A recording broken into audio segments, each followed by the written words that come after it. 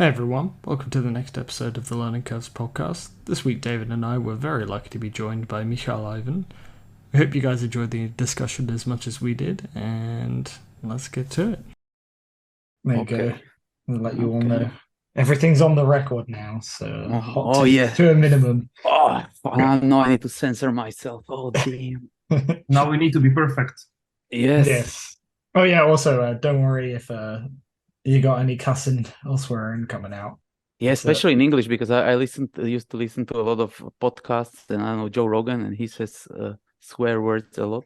So yeah. also I used to like hip hop, So Oh I yeah, try yeah. to talk like a gangster. The thing is, it's not much different in my native language for me. I don't Oh, know. okay. Yeah. Part of my being like a fat nerd guy, and then you switch to a little rebel or something. So at Mm-hmm. some point you're just swearing a lot because it makes grandmas angry. But does But your grandma swear as well?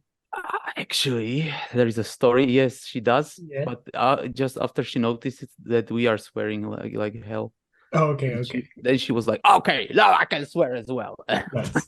you know. If it's all But right yeah, for grandma, it's all right for everyone, I think. yeah, it's called here Kurva Brotherhood. It's the countries that have the same swear words. It's like Polish people and so on. So it's it's a thing here that everybody kind of swears a lot.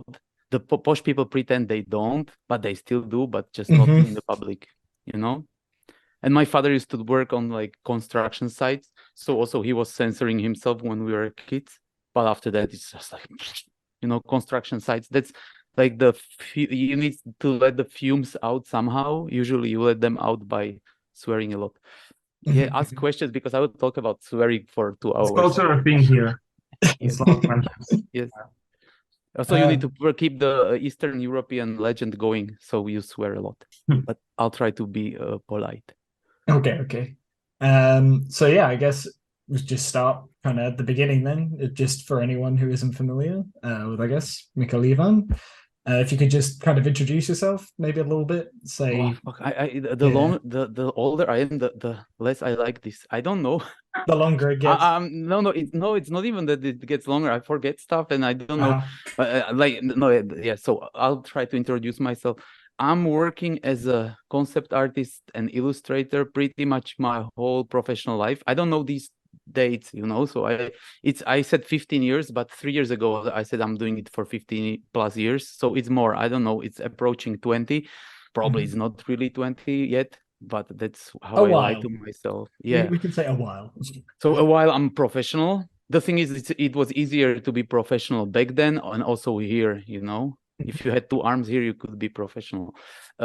So that's my advantage of coming from a small shitty country. And But what is yes, that small shitty country? it's Just so Slovakia. everyone's Slovakia. So Slovakia. yeah. At that point, it was like a boom of like I don't know German investments here and so on. So there was like some game companies, and we actually had at some point it was like the biggest game company here and so on. So I was doing that. I was doing concept art illustration, but also textures. So I was like, while studying, I started to work in a game company and pretty much like became then like art director, concept artist, something. And then it went to shit, of course, because it like grew too much because of the money. That's also a curse always. Hmm. So yeah, the game didn't like come out or anything, but I learned a lot. And then basically became like a freelancer and starting based on the basically on the context I had from that company.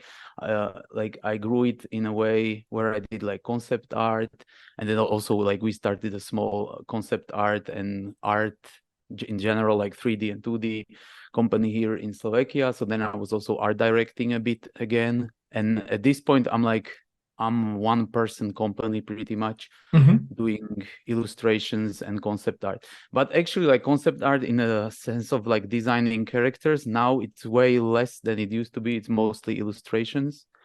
And apart to the career of like in games, I also had like a career in illustration in a sense of doing like covers for books, even some inside illustration and so on. So just anything with drawing pictures in a more like pop culture style in a way. So like I like to create characters and monsters and so on, and also like develop in that way So I'm doing that for a long time. And I'm working for Riot Games for many, many years. I don't know, in different projects, also through different companies, but now it's 10 plus years. I also don't know how much. I rather not count because it makes me feel stupid doing one thing for such a long time, but I still enjoy it. So doing that. And I was doing like other games for Ubisoft, some games that never came out and so on. Small projects, whatever. Awesome. So I guess, do you want me to say some names what I worked on? I mean, yeah, I guess you could. I guess Also, like let's do do some. the name drops. Yeah, I don't know. It's not such a big name drops. I don't know. It's like League of Legends, then Legends of Runeterra. There was like a lot of work on those. Then I was doing a World of Warcraft trading card game, but now it's Hearthstone, so I have cards in Hearthstone. Mm-hmm. I'm doing Magic the Gathering now. I'm doing covers for board games. Nowadays, I do a lot. I'm actually doing a lot. It's mostly for Asmodee. So either it's Fantasy Flight Games division, or I'm doing also for another. I forgot the name of the company, but it's like Asmodee. It's big games for Star Wars and Marvel. Oh, and I did the Heroes of Might and Magic 6. And what else? And then some smaller work. I worked on Mortal Kombat 9 or something, but for 3 weeks or something. But I'm in the credits. It's just that was actually my how is it called? I don't even know if I got paid for that. If yes, then really? I was helping a friend basically. I was art directing and drawing some the designs for like skins and shit. But he was like, I will put you in the credits. I'm like, okay, great. So I'm there. And other stuff I forgot. What else? Maybe some smaller games it was for Codemasters and so on, and some unpublished stuff that I also forgot about. Legacy of Kain unpublished something. Nobody knows that shit anymore. Legacy of Kain used to be a big game, and it should have been the new one. Should have been big as well, but yeah, it never happened. I guess that's a question I haven't really got to ask anyone yet. Is with these cancelled projects, like kind of how much does that sting, when something you've been working on doesn't come out, and has that got any better? Like, hopefully people don't have projects that get cancelled, and hopefully you don't have 2 or 3 or 4, but like, does it get any better as it goes I know on? people that work in the industry that worked in the industry for 10 years or something, and everything got cancelled that they worked on. So you have you're like, yeah, I'm working in games. What games did you do? It's like, no games. So yeah, it happens. The thing is, like, the first game I worked on got cancelled, so it kind of prepared me for that. And it was like 2 versions of the game. It was called Elvion or something. It should have been like biggest Elvish game. At some point, we were actually in the videos with the first Assassin's Creed as a new next gen hope and shit like that. So it was feeling that we are creating a big game. I actually put a lot of my time into that. I ruined like a relationship, whatever, with my girlfriend back then because I was so enthusiastic. I was like wanting to make it work so much. But yeah, it failed 2 times. Once it failed, and then there was like another company helping us actually do it, and we were kind of making it. It wasn't like a super good game, but it was all right game. And also that one got canceled because then the mother company got bankrupt. So yeah, it was fun. But that kind of prepared me for the cancellations. So yeah, then it happens. But yeah, the thing is, you always need to enjoy the process of doing it. And once you do that, it doesn't even bother you that much. I learned a lot in the first games. It was actually one of like the best company I worked at, in the sense of it was a great relationship with the colleagues. We were like similar age and we were so enthusiastic. It was a lot of fun. It was like school or something. I was going to the university and I was looking forward to go to the job because it was just pure fun. Everybody was, it wasn't that we weren't doing shit. We are actually working really hard, but enjoying ourselves in a way like I haven't seen in any other company. But that's also probably because we were like amateurish, so the rules wasn't so set in stone. It was also somehow in a bit Eastern European, that the boss comes to say you, to like tell you something, like you do this and you just tell him to fuck off. And he's not even pissed. He's like, oh yeah, they just told me to fuck off. And so it's like, it was like a big friend group, so even like it's like that here. It used to be like that. I knew my boss's mother, and she told, oh guys, she told to us like his friends and so on. So it's a bit unusual to the Western part of the world.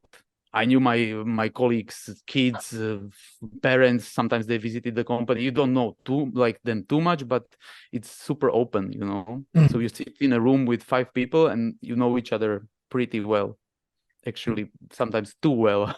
And do you miss that? Like, do you feel like you still get that for any of the clients you I'm work friends with some of those guys still, so I get their life problems always through Skype or some shit. But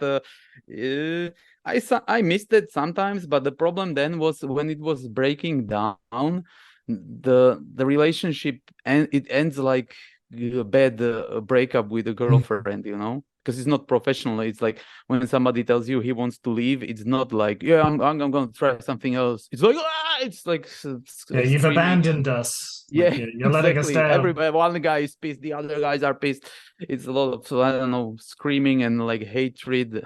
It just goes away after years, of course, but still, it was annoying because everybody was like pouring their hearts into it, So it wasn't just like we have a meeting with the programmers. It was we have the meeting with the fucking programmers that are ruining our graphics. You're sitting there and you're like, why the fuck did you do this? And it's always this, like, it was always the tension. It wasn't.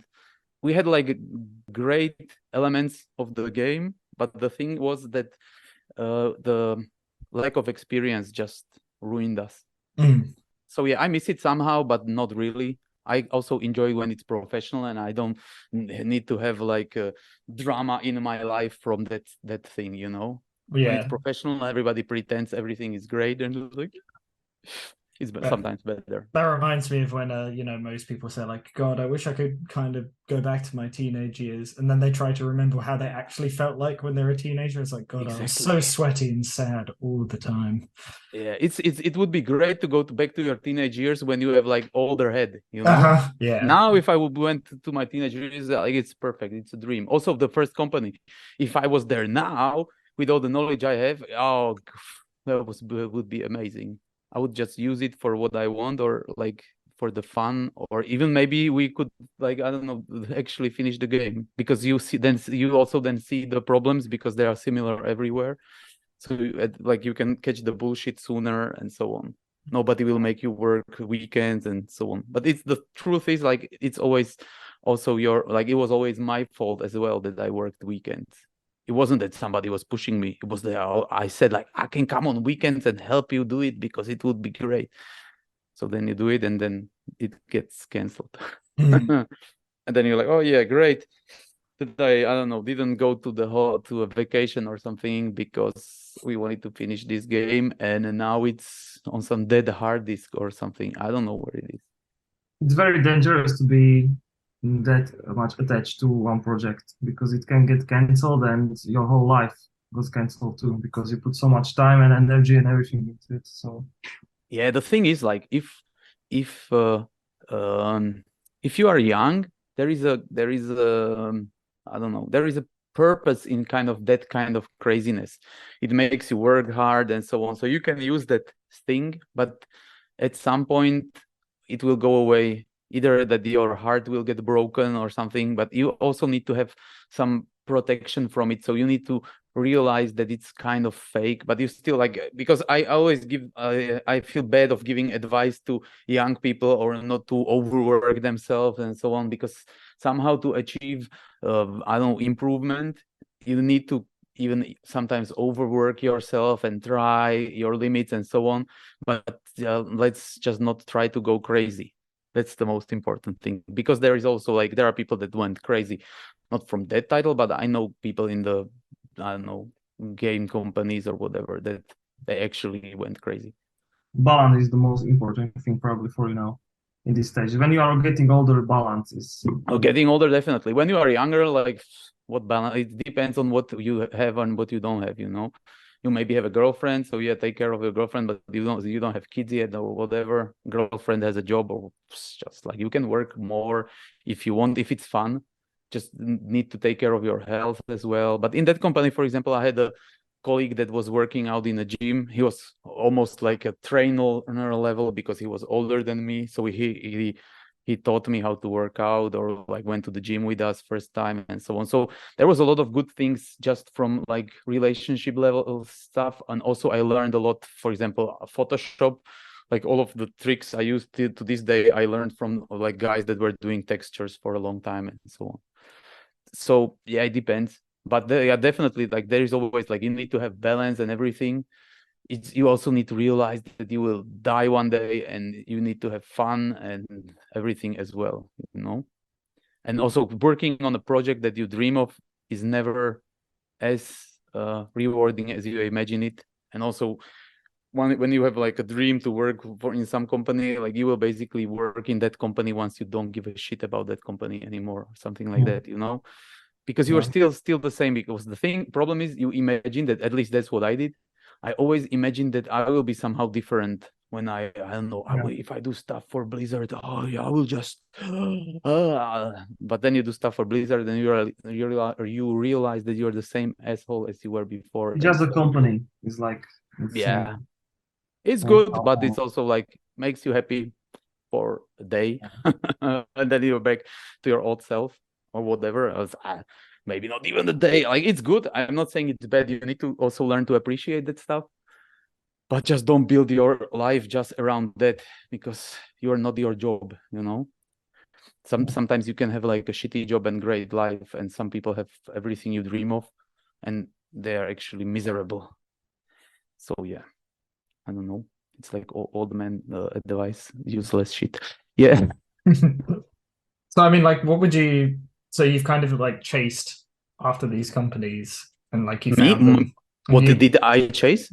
You said like you had these dream companies that you wanted to work for, and then you get to that lofty height, and then you realize like, yeah, Blizzard didn't change my life. I was good. You could just ask more like, so now you've kind of ticked off some of those checklist things. Like, what do you kind of do now? Like, that day after where you wake up with the hangover from getting that job. That's the question. That's the question. Yeah, how are you doing it? No, it's not that I achieved everything that I wanted. It's also that I don't even want to achieve some things that I wanted before, for example. But yeah, that always happens. And to me, it's about I like the process. Like in the beginning, of course, I had these like dreams and like I wanted to do everything the best, So it always comes from something that I don't know. Usually it's from something that I wasn't really good. Like I was at school, like fat nerdy kid, not really interesting not really interesting to girls. At least that's what I thought, So I need to. Only thing that I was special is that I like drawing, and I was kind of good at it. So I just stuck to it. The thing is, like, I always liked comics and like weird stuff, like monsters.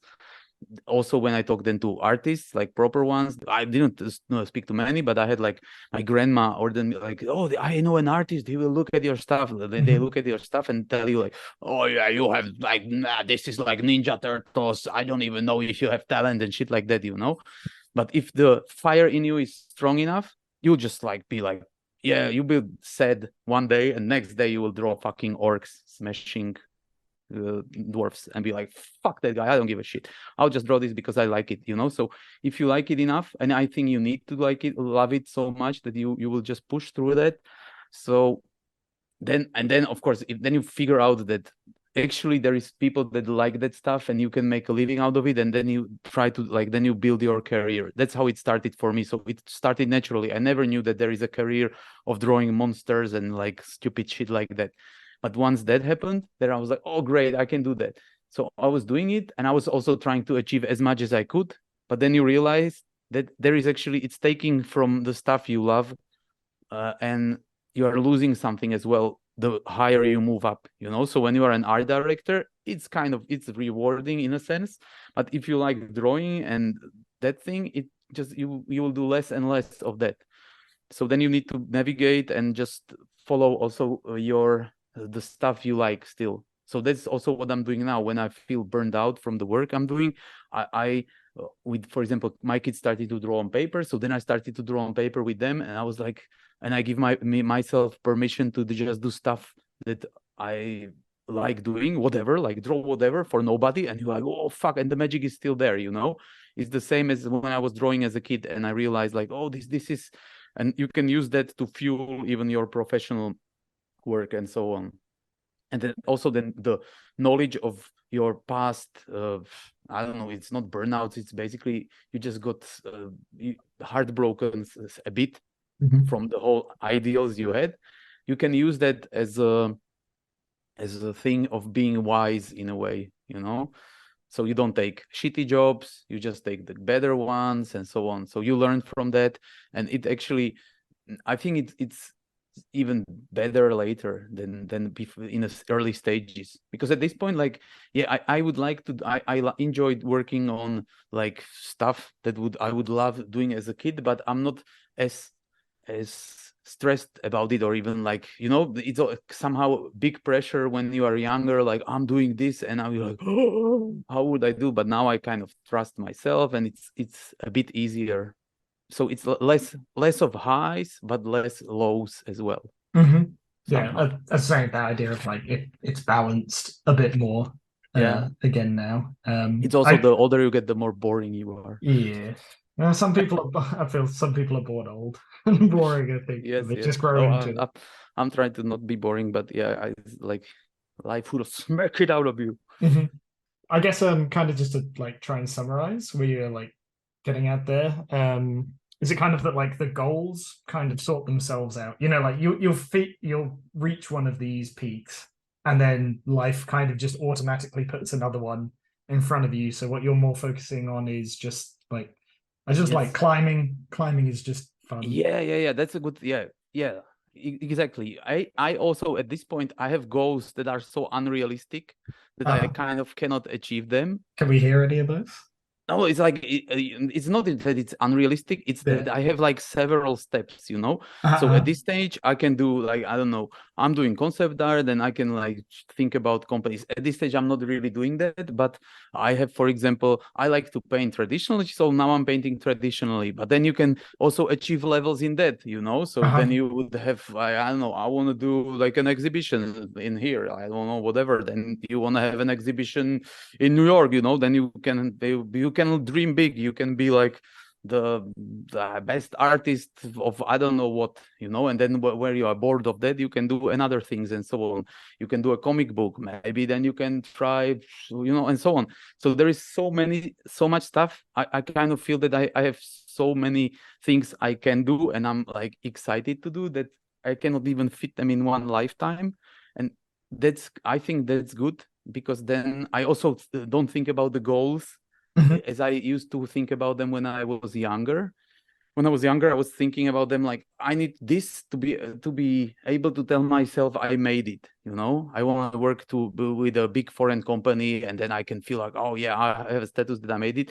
And then you have it, and you realize nothing changed, and there is no real security in it, in a way of like, yeah, you kind of made it, but if you stop, you're nothing as you were before, you know. So try to enjoy the way to get to the goals, rather than to stick to the goals too much, in a way of like thinking just about that. And because the goals are always disappointing, and it's also there is this weird way of like having them as it's never as you expected, you know. You always expect this grandiose thing, and then it happens kind of by accident, you know. Like I started working for League of Legends before it was a big game, and I was working through another company and so on, you know. And at some point you are working for the biggest game in the world and shit like that.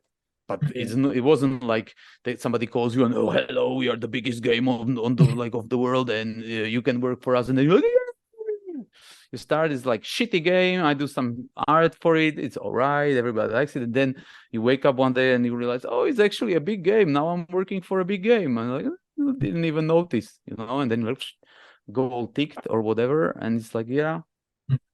So what you're telling me is that there's no brass band waiting in your closet when you design that new Cho'Gath skin that comes out, playing music when it finally gets shipped in the game, right? No. It's also sometimes that it can be even like kind of not with right, but it happens with some pictures that it's bitter. You look forward once you say yes to those, you're like, oh yes, it will be great, and then you work on it, and it's just such a dread working on it, and then it's over, and you are happy it's over. You don't even like have any like the brass band is already dead in the it took forever to finish, and it's like yeah, no. They're all malnourished and sick and falling. Yeah, and then the nature of the stuff you do is that you always see the mistakes in it. So even if you're happy for a day, the next day you open it and you're like, oh shit, no, I fucked it up. The head is too small. And then you're like, oh no, man. So and then you can use it as a fuel for a next I don't know, image. That you're like, oh, next time I'll do this better. And then again the insane comes back, so it's just like, oh yeah, let's do another one that's so nice. So it's this cycle, but once you went through it several times, you also learn to kind of enjoy it. For example, when I hate doing a picture, I'm like I'm ruining it and I don't know what's happening. Now I know I'm actually learning something. So you can switch it around, so you feel so bad that you then at some point you are like feeling good. It's like, oh yeah, I figured something that I can like. I'm learning now. Oh great, I feel like shit, but you are actually like, yeah, great. Tomorrow will be better. That's another thing. Also, you need to give yourself permission to fail, in a sense of not hate it so much once you ruin it, and you can give yourself time and be like, okay, tomorrow I'll do it or whatever. And also when you're doing it for a client, usually the deadlines are not as strict. So if you are open and say like, oh, I'm really fucking it up, can I have one more week? And they're like, yeah, no problem. And they're actually happy that you said it. It's even better if you, it almost feels better than if you finished on time because you had nice communication with them and builds relationship. I'm not saying you shouldn't stick to your deadlines, but I'm saying you can always be human. Sometimes I'm human too much, maybe, but yeah, I like it like that. I think this is the way how to not burn out. So it's very important to think that tomorrow will be better and I can do better on next piece and not that's what I learned at school when everybody was doing all-nighters and I wasn't, and I was faster than them. Because you leave at midnight or like one, like after the midnight or two, whatever, and they're like, yeah, we're working a whole night and I will do so much. And then you arrive in the morning, slept well, like, ooh, and they're all just like trashed. And you see how much they did, and they did like a half an hour work or 1 hour. They just didn't sleep. And you're like, that doesn't make any fucking sense what you just did. You just ruined your night and didn't do stuff, So it's better when you have like a fresh head. Also, you need to look at yourself when you are more productive. Sometimes I, for example, figured if I worked in a studio, I didn't do that too much. But like when I was doing 6 More Vodka in the beginning, I was in Berlin. So I figured if I arrive sooner than everybody else, I can do more work than if I'm there with them. So they usually arrived at 10 and I arrived 8 till 9, and in the 1-2 hours in the like beginning I did like most of my day's work usually, because you're alone and like just also you can even work in your head. So the day before you do stuff, and then when you walk back home in your head you can actually plan like, tomorrow I'll do it like this and this and this, and then you go to sleep, and it just makes it tidies itself in your head. And then in the morning you come like I don't know what, just like you just deliver. Yeah, I think Karol Kopinski in one interview said it well, and it inspired me in my art journey that art journey is not a sprint but a marathon, and that stick into my head like so well that I was also like, I need to do 16 hours of drawing when I was a student. It's good. I did it like for 2 months with Adam in Poland, but then I got a little bit burnout. So now my strategy is now like being healthy, but also like drawing, but not overworking myself, and also putting a lot of time into stuff that are not artistic, but also they will help me during like also like eating well, going out, and not being like, because when you are depressed, you are not that like you are not putting 100% into peace when you are depressed. It's like it's short term. So Yeah, if you feel happy while doing the stuff, you actually the results are always better. So definitely you need to find balance and everything. Yeah. I and also the marathon thing, like you can everybody's different. Some people are like learning really fast and then they stay in one level. Somebody's continually learning really slow, and you also need to just need to accept yourself as you are. You're doing some like the stuff how you are doing it, and you just move like that. Because I had like, even for me, like I always wanted to be more, I don't know, talented and do better stuff, because on other people's stuff I see what they are doing good, and I try to do it so much, but I can't. I just can't do it like I do it. So I'll try to just improve. It's like this shit everybody says, you need just to be better yourself. So tomorrow I'll be a bit better than today. That's what you are saying, telling yourself. In the meantime, you are just one day older, one day closer to death tomorrow.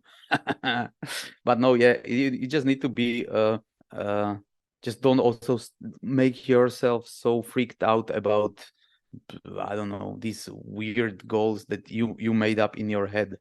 Because that also happens, especially here when you are like in smaller country, you imagine everything else, everywhere else is better, and you cannot appreciate what you have. For example, the first company we worked at, we actually had better like computers and like all the hardware better than the company in the UK that we worked later with. But we didn't know that, it came from the thing of being like, oh, we are pretty, like, it's pretty shitty here, you probably have everything better. And then you go to the UK and you were like, they work here? Ooh, yeah. We have like twice the size, better equipment. What the fuck? Doesn't surprise me at all.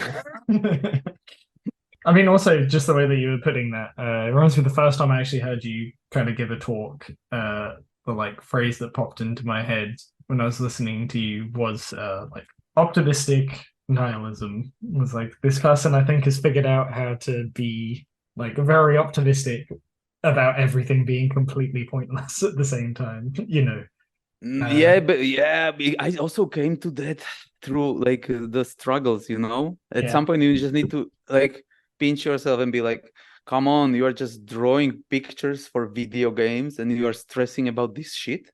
Mhm. Like, if I don't know, this head is big enough, like, who cares? Like, no, it's like that. It's zeros and ones in the end. Like, all the games will die at some point. It will just get lost in the ether, whatever. No, like, you will forget that you drew something. I had like a Mhm. weird experience visiting a friend's house, a friend's flat, and I was sitting there actually in Košice, in like David's boss apartment. I was sitting there and I'm looking at the wall and there is a picture. I'm like, oh, that's an interesting picture. I'm actually looking at it as somebody else's picture, and then I noticed there is like, I actually came to the picture to see who drew it, and it's me. And then I realized then it was like, oh yeah, when he was living with me, I actually took one drawing, and I completely forgot about that, like completely. So yeah, I don't know. Yeah, so even you can like forget about your stuff. Well, I that actually version of hated you it is even already dead. when I drew it. Even I forgot, like I hated it somehow. But he took it. I was like, yeah, take it. And back now when I'm older, I was like, it's interesting. It's not that bad. I didn't know it's mine. But what I want to say is just, even also you forget it's your illusion that you think that it's so linear and everything needs to go like this, and I don't know, every like image is super important, or like if you fuck something up, like everybody will remember it forever. No, it's not like that. It's like you are like if you're posting on internet, you are throwing images somewhere and nobody actually cares. We are actually laughing at it with the Shekhard parallel in Six for Vodka, because some people are writing like, oh, sorry for not posting long shit like that. And we're like, no, nobody noticed. Like, whatever, like, post or don't post. Like, everybody has their own lives and their own problems. Nobody's waiting like, oh, when will he post the new image? Oh, no, it's there. Oh, man. It's just, because the thing is, like, it can get, if you're taking it so seriously, it can really get into your head, and I don't think it's healthy in a way of like you are just preparing yourself for a burnout like hell. it's that was my problem in Košice when we did game days. That's why I was so nihilistic, because some of the other guys were saying stuff that's like, to me it's like toxic to the kids, like telling them like, if you work on a large project, it feels like your life will be better, you know. It's almost like you're like leader of a cult talking to the followers, and they're like, yeah, oh man, I just want that. But it's good to have the hunger, but don't just like, yeah, everything is just a job, and there is nothing, no angel will come down from heavens and tell you, now you made it, now you can feel fine about yourself. That never happens. You just need to figure out your way in the world, and you can be happy, I don't know, doing anything. You can be a, I don't know, construction worker and have a lot of fun, and there are like people that are super successful and are miserable and so on. I'm just saying the same thing always, but you know what I mean. Yeah, no, definitely. I mean, I think the thing I like about that kind of perspective on it is, when we've been talking to a lot of people, most of the stress or performance anxiety or whatever seems to come from this. There's an expectation on your skill level, or I've got to find an audience, or so there's like, I need a name that I can say to my family or my friends so they finally understand what I'm doing. And I quite like the fact that saying like, at the end of the day, everything's kind of going to be forgotten. Kind of leads the whole like, no one else is responsible for your happiness, but like no one else can take your happiness away from you, because they're all going to forget about you, and you shouldn't worry about them in the first place. It's good. I like the idea of mandalas, the one that you make from sand. You know, they make these like super nice, like geometric pictures of sand, and then they just throw it into the river, and it's like, great. Yeah. It's like, it's the same what we are doing. If you are doing digital images, even if you are not doing, if you are painting on canvases, it all will rot one day, and everything will just like disappear. So like, why would you stress about that? So enjoy it and like try to make the best out of it, but just it's always my thing that I'm also telling myself when I'm stressed, because you can always get lost in the thing where you stress about it and so on, you know, and it's not healthy. You sound a lot like a gardener, I'll put it that way as well. Two things, a nihilist or a gardener, one of the two. I like both of those. All right. I guess like we talked mainly to a lot of like art teachers and students, and I guess kind of the audience that we talk to mostly are kind of people, fairly early on in their kind of like art journey. So I guess if you could just kind of go through a little bit, how did you choose to kind of do this for yourself, or like how did you kind of teach yourself, or did you go to a school? Like what was kind of your process to getting up to that first job, as it was? Yeah, the thing is, to me, it was super kind of natural. That's what I was saying, that it wasn't even, I never even thought it's a possibility. I just like drawing and making pictures so much when I was a kid, and I continued to do it. That I was doing it, and I knew my parents are not artists, so they were trying to make me do something that I can live off, So they were always like, yeah, but you cannot go to a high school for art because you won't make any money. So let's do something else. You also like math, so you will go to a math high school, So I was going to a high school, was specialized on math, so I was doing that. But I still was drawing next, like on the side, of course, because I liked it. So then when there was time to go to university, I was trying to go to art school here, but I didn't get in, of course. But the thing is, on that art school, like most of the teachers didn't get in the first time, so nobody even expects you to. Like the first thing they tell you when you are there, oh, you are here first time. Like, oh, good luck. Nobody gets here for like in the first try. And sometimes there are people like, oh, I got in on sixth try, shit like that. So I didn't get in, and then I was doing like a technical school, but I was in a design division, so I was doing industrial design. That was actually a good thing because my parents thought it's more technical, so you can live off it. It's actually harder to live off industrial design here than probably concept art, because not much is produced and so on. But the thing is, it was also technical, so I was always a bit technical, and also it just gave me a lot of because when I do concept art, it's a lot about designing, less about creating art and doing illustration and so on.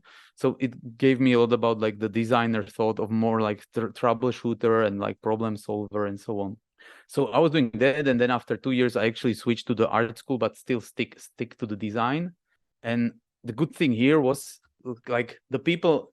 That was the biggest advantage of the school, even the technical one, because everybody there was somehow interested in art. And I had classmates that were doing 3D art, and they actually started to work for a small game company. And that was actually my way in, you know, because they knew I was drawing. That was always my secret tip, was that I was always doing stuff on the side, not just stuff somebody expected from me, you know.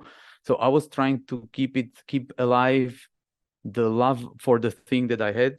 There was no other possibility really, or I also liked it, you know. To me, it was like I was at school, but in the evening I just wanted to draw some fantasy stuff, or like, you know, I wasn't too much into fantasy, more like I was doing horror. Fantasy was like I stumbled upon it because there was a magazine here. There was also always like I was always open to the opportunities.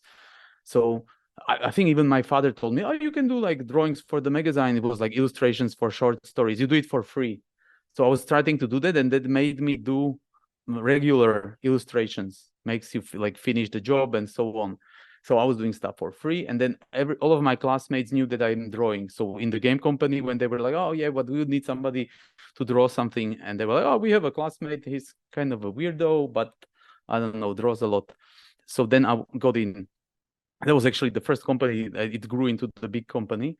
But even when I was working in the big company doing the Elvish game, what I was talking about, it was actually first company that I got in. But even when I was doing art director, I was doing the fantasy painting on side because I liked it so much. And as an art director, I was mostly art directing environments. So I was and I was also creating the levels in Unreal. So I was like a gardener. So I was doing like stones and trees, I don't know, whatever. But in the evenings, I was drawing and painting, but maybe even for fun. But at that point, after the magazine, I was doing the stuff for free. One of the authors actually became like a proper author of books.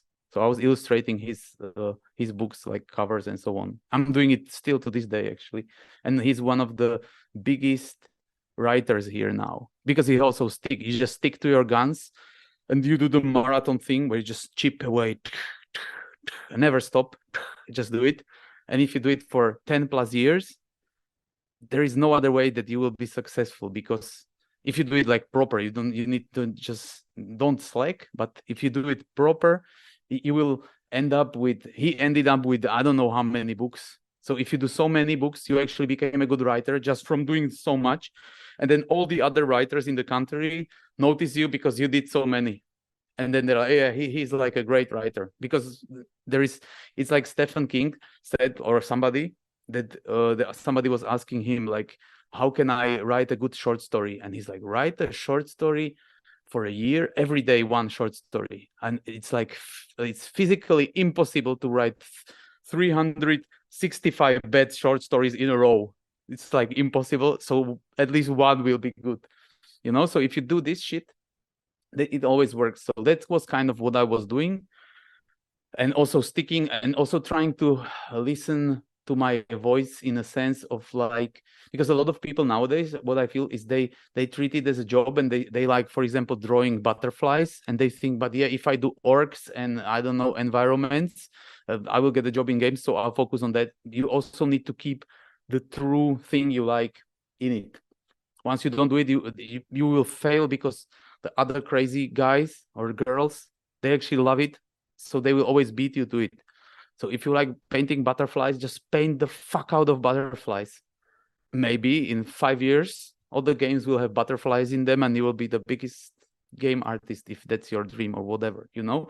So you never know what will actually work.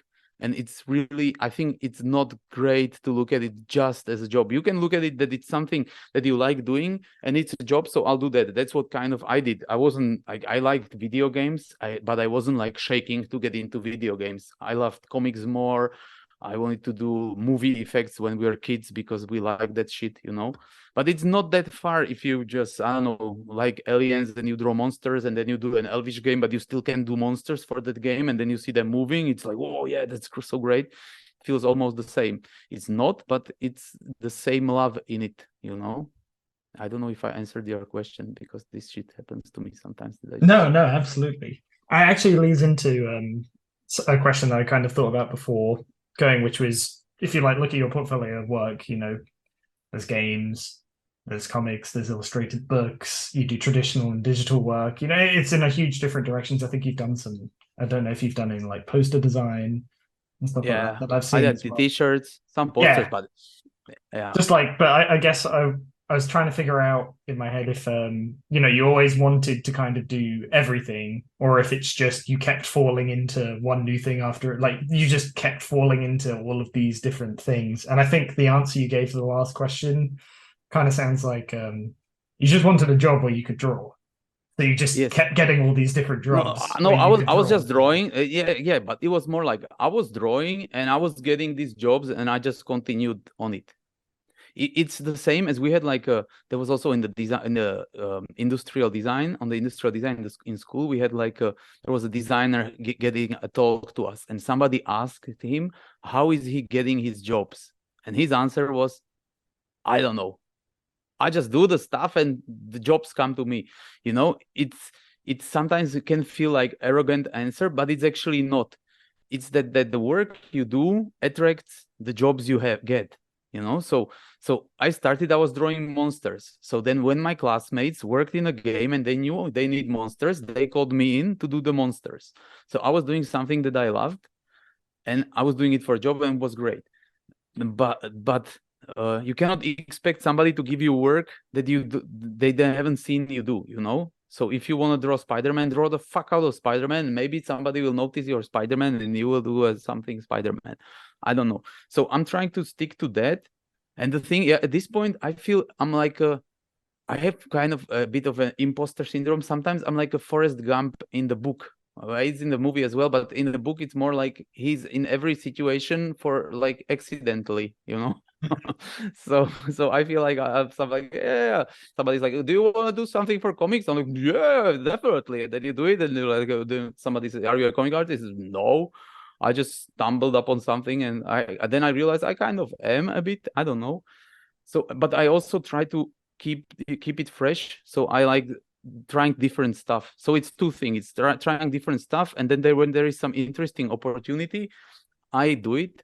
And I don't know, did it for a long time that I had kind of two careers. One was pretty shitty. The illustration, the book illustration wasn't that really interesting, but it helped me in a way also in games, because that's what I was saying before. I forgot to finish the story. When I was doing art director and doing the illustration on the side, it actually gave me the next job, not the art director part, but the illustrations. Because when the first part of the game fell down, we had like a British company come in to help us develop like the second iteration, and they actually needed a concept artist, and they asked like, if there is somebody who draws, just bring in your stuff tomorrow and we'll look at it. And I brought my stuff and they're like, oh yeah, it's okay, so now you're a concept artist, you know. Instantly you just and it was again something that I was doing before, so they just gave me that stuff. So it's the same pattern in a way. And the thing is also, it would just be boring to just do one stuff, so I'll try to do other stuff. Maybe it's harmful to the career. Sometimes it's good. Like the most successful artists just repeat one trick or like one thing, one theme till forever. I don't know, but I like it. I even now when I go and we do figure drawings, like everybody started and everybody was doing it in charcoal. So I was doing I did 3 in charcoal, and then I was like, yeah, you can like still develop in the charcoal, but let's try to do something else. So I was going to the art shop and I was buying different supplies that I wanted to try, and I was trying it. And the thing is, like, I then enjoy it way more. Then I have a bigger variety and find stuff that I can develop. And then also the other people that go there, they actually started to do the same, and like you just enjoy it more. It's a more interesting life when you try to take the opportunities and also try to, I don't know, try to do other stuff that you enjoy. It's not that you do it. If you enjoy one thing, you just enjoy drawing in ink, then draw the hell out with the ink. But I'm not that way. I enjoyed it, but then I'm like, oh, I wonder how it would look if I would try this, and I tried that. And I'm also like, I'm kind of cuckoo in the head. I just like art so much. I finished drawing the whole day. Then my wife puts kids into the bed, and I have like 1.5 hour of just, I don't know, I can work, but I just want to wind down. So I put something on the TV, on YouTube. Well, usually what I do, I put something on about art again. So she comes, and I'm, again, like the whole day I'm drawing, and then in the evening I'm watching like people paint. Sometimes like it's like I don't know, grandma TV channel. It's like portrait artist of the year. That's what I'm watching now. That's my, like, even my kids know it. You know it? It's a British show. Yeah, I know the show. It's amazing. It's for grandmas and me. I'm like, yeah. And I'm just, I'm watching it all, and everybody's, it's so boring. Now they're gonna paint for 40 minutes. I'm like, yeah, it's so short. I would like to watch it for 2 hours at least. Yeah, so that's what I'm doing. And then it gives you ideas.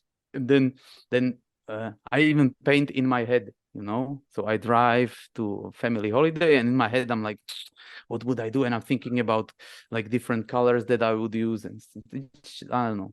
It's maybe a bit of a disease in a way, but it makes your life easier because you don't think about problems. You think about, I don't know, if burnt umber is a good shade of color.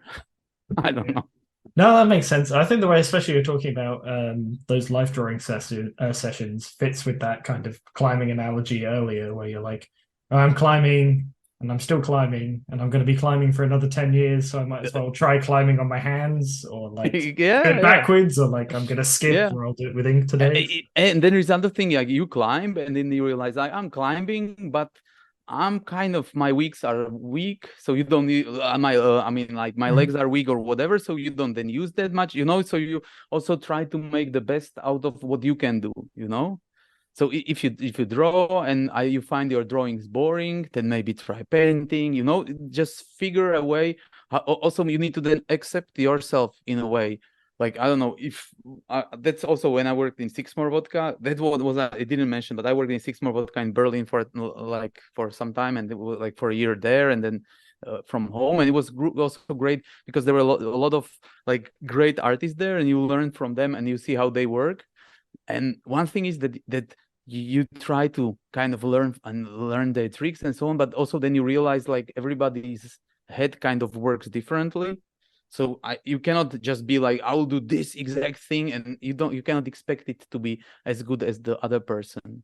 And then you see that also they like stuff that you do, and you need to figure out stuff that your brain is good at doing, and also maybe try to develop it, and also do the hard stuff as well. So when I always sucked at drawing, so I like to practice drawing because I know I'm not good at it. I don't know. I don't like how I draw my legs. So my plan is next to just draw legs and feet. I mean, feet. I hate drawing feet. And some people draw such awesome feet.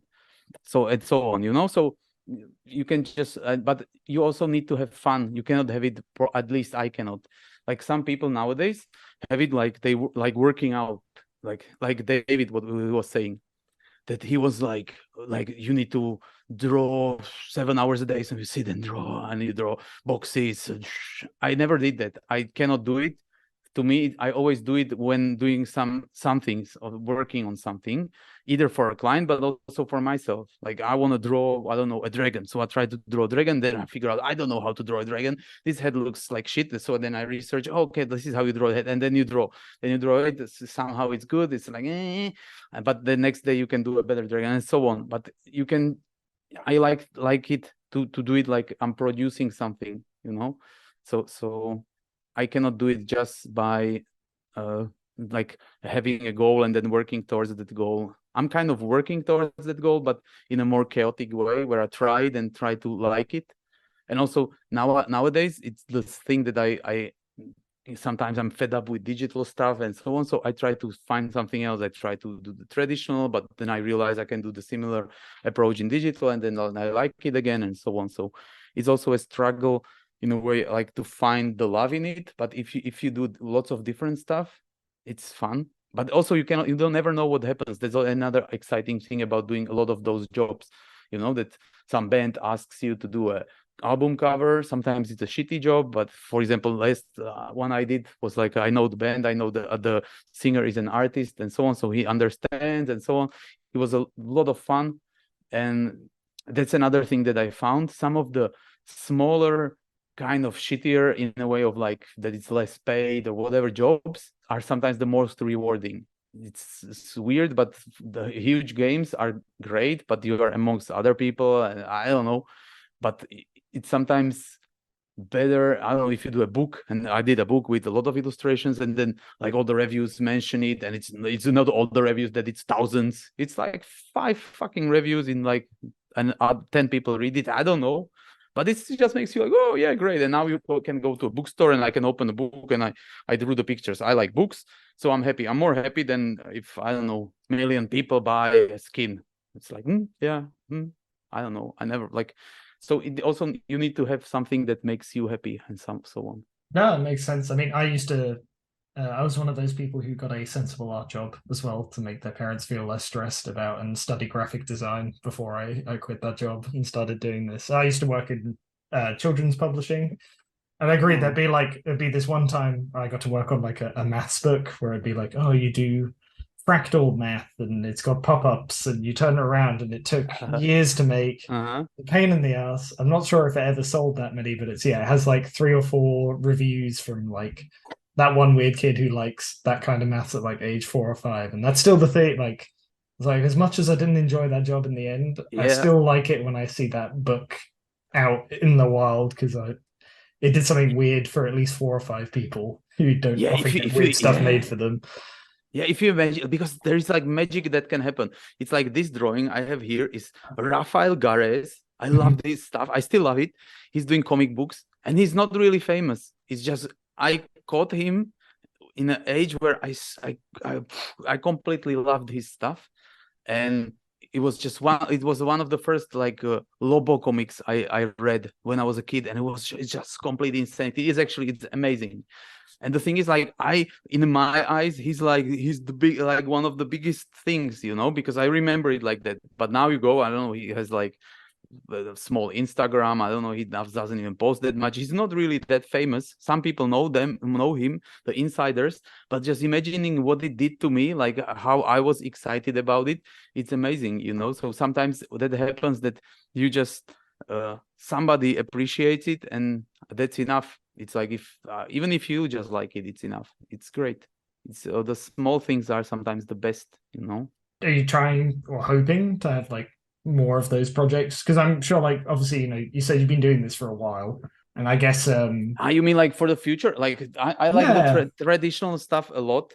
Like, do you like the balance of the types of projects you get now at the minute? Or are you like, if I could, I'd maybe have a few more of these, like smaller projects going on, or more personal work, or like where you I like the balance, but I'm also never really satisfied. So I try to look like I'm this Zen master, but it's also, I'm talking to myself.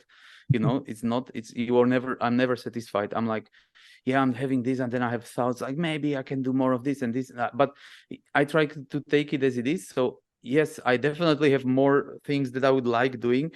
The thing is, I tried things that I was like, when I'm doing a lot of commercial stuff, like for clients, then I'm thinking, I want to have my own time to create this grand thing I have in my head. But then once I have the time, and I had it for several, it's also my biggest enemy sometimes, because I'm my own boss, and that's not a great thing. I'm not a good boss for like towards myself, so I'm never said it's problematic as well, doing just your personal stuff. So at this point, and probably that's what I will do till it's possible, I try to have a balance of like client work and my own stuff that I'm doing. And I'm doing very little of my own now, but yes, I'm doing this like practice drawings, my own. I call even like some, I don't know, comic book fan arts that I do, and it's not really completely free. It's more like trying to do some stuff for other markets. But I want to do more of my personal stuff. But I know I never was completely an artist that want to tell something to the world. I like the thing. I was more a designer. Then you have a briefing, and it already sparks in my head what I do with it. what I will do with it, and it's still like that. So I'm like, oh, yeah, I have time. I thought I have time, but yesterday I just said yes to another job, and I'm like, nah, and it's not that much time I have left. But the thing is, like, I'm excited to do the project, and so it's the thing. Like sometimes you have the borders, and then you need to fill those. It's the designer approach. I like that as well.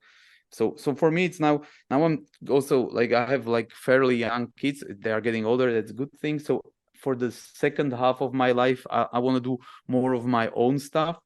But the problem with that is that it's always the you need to be fine with doing the stuff more for yourself and not for other people and so on. So I'm kind of working on that, but it's a bit tricky in a way, you because I'm always, this is a thought, thinking about if you are doing it for the audience or for yourself. Because at some point when I'm just posting it forever, I think I'm just also narcissistic, and I'm just doing it because I like the attention or something. But then when I started to do the traditional thing again, I realized it's not about that. It's about, there is something in it that I really like, and I cannot kind of live without it. It's the same with now AI approaching. I figured I still will be drawing. I will be maybe cooking somewhere for a job, whatever. And in the evenings I will draw because I like it. Maybe you don't have to finish it, but I just like the process, and something inside of me is fulfilled. I don't know what it really is. I'm always thinking about it, but that's what I like. But it's also hard to just give yourself the permission just to do it for yourself and so on. So I like to have it as some project, So always when I think about it, even when I'm doing some paintings, I'm like, maybe it will be a series, I'll do an exhibition, or I do this, maybe there will be a book out of it and so on. But if it doesn't happen, it's not such a big deal. Because some people have this grand idea of, I don't know, having a book, and it's something like, I have a book, it's like a smaller art book here. It was great experience to do it. But yeah, it's a book. It's color paper that you stick in your wooden box on your wall. And it's, I don't know. It's not that you finish it and then you die like, I'm dying happy. I was spiritually fulfilled. Yeah. It's a book. Nirvana. Yeah. You created a product that will end in landfill. Great job. I mean, I've got one other stretched analogy, I guess, for that. So I guess kind of what you're saying is that the kind of client work or commercial work is kind of like the dinner with the greens and vegetables on it that stops the pudding that you eat in the evening when you're doing personal work from getting too sickly and sweet. Yeah, I'm bad. I will just eat cake all day and then I will get sick and feel sad after like 3 or 4 days. So I need someone to put vegetables in front of me is that like kind of the balance that you're going for? Yeah, definitely that. And it's also that it's more like the client work is more like creating pop songs, and then you can do your jazz shit that nobody cares about in the other time, and so on. So it depends, yeah, but definitely it's like you say, for me at least. I also the thing is, it's a lonely job, so you do draw alone, and if you just do your own work, it's even more lonely than if you do it for clients, because if you do stuff for clients, it's kind of a cooperation, and I like the cooperation thing about that, so that's why I like working in games. That's what was best about it is the cooperation aspect, that you think of something and other people, and when it's combined, it's better than what you would do alone, and it's amazing. Even if you do like art director, that's the best part about that job, is actually helping somebody to do better work and so on. It's pretty fulfilling, actually. No, that makes sense, because I think that makes more sense to me now, in the sense that like when you're working on your own personal project and you are on your own, it's very easy to start thinking like, oh, am I a narcissist? Am I trying to make a giant gold statue to myself? What's going to happen after I'm dead or whatever? But if you're working in a company, every day you're reminded like, oh, I'm making a product, or me and this guy are making a thing, and you don't get lost in that sea of like, what is art and what is my place on this planet and all that it's stuff. not even just about being a narcissist, but you then can start to question yourself. Like, for example, I have a family, so for me it's harder for myself to give myself excuse of being like, okay, kids, I don't know, dad will go work on the weekend and you play by yourself. I'm spending time with kids always. When I have a client work, I feel it's work, it's paid, it's an excuse to do it. Like, I also will spend as much time as I can with kids, but I still have it as a job. If I would do my own personal project, I probably will be like, yeah. My personal projects can be also playing with Legos. And also the problem creating everything, it's kind of painful. So that's why I'm saying I keep that when I'm older. When I'm older and I don't have this that I need to spend time with kids, and they actually are like, go away, dad. It's getting there actually. Today there was, oh yeah, dad is leaving again, because the whole day I'm with them and in the evenings I'm working. So they actually sometimes looking forward when I'm leave, because then they can be with their mom and she allows them more sweets and they watch more television, whatever, these rewards, whatever. But so when I'm older, I feel that I can do more of that. It's also good for my soul then, because the problem with client work is that sometimes you feel you can have better ideas than what you get, so it's also good to experiment with that and so on. But there is always, you need to find an aspect of cooperating. For example, when I go and we do the figure drawings, I do it also as my mental health thing, that I go there and I talk with the guys, or amongst people, I like to talk a lot. So when I talk too much, I don't finish the stuff. So it depends, So it's also that, because the more I'm in this like art world, the less I relate with, I don't know, people that don't do this stuff and are my age, I usually I don't care about the shit they care about, because I want to talk about brushes and what kind of acrylics you use or whatever. You went to an exhibition and you want to analyze it for 2 hours, whatever. It's just, and it's good if you find people like that. It's really, then you can have those weird talks. Am I getting talking about something else? Yeah, it's perfect. No, 'cause I agree. It's the same thing where I feel a lot of people normally get it where it's like, I couldn't care less about what is in your car's engine right now. Exactly. But we can Cars keep is going like, if you want. I have a friend that draws that he likes cars. Yeah. But he meets with his 2 other friends, me and another guy, and he shows us, oh, look, this is my new guy. And we're like, yeah. And the other guy's like, yeah, it's white. I'm like, exactly. That's also what I see. Yeah. I don't know. It has 4 wheels. Great.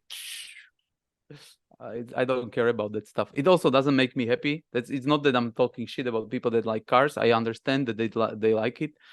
To me, it's just I don't know. Oh, they are doing the exact same thing when someone goes up and it's like, oh, you use a boar hairbrush. Wow, that's Exactly. what's the quality of that like? And Exactly. So I'm not don't want to. I just don't want to sound that I think I'm better than it's. I know it's the same. It's the same as when you talk to chefs and how they cook. I like. But I always loved these like subculture aspects of everything. So I was into this like hardcore punk music, or like hardcore and metal and shit like that. And I'm still, it's like, and you still have these nerd talks there. So I like comics and I like art. So I can have nerd talks about these things.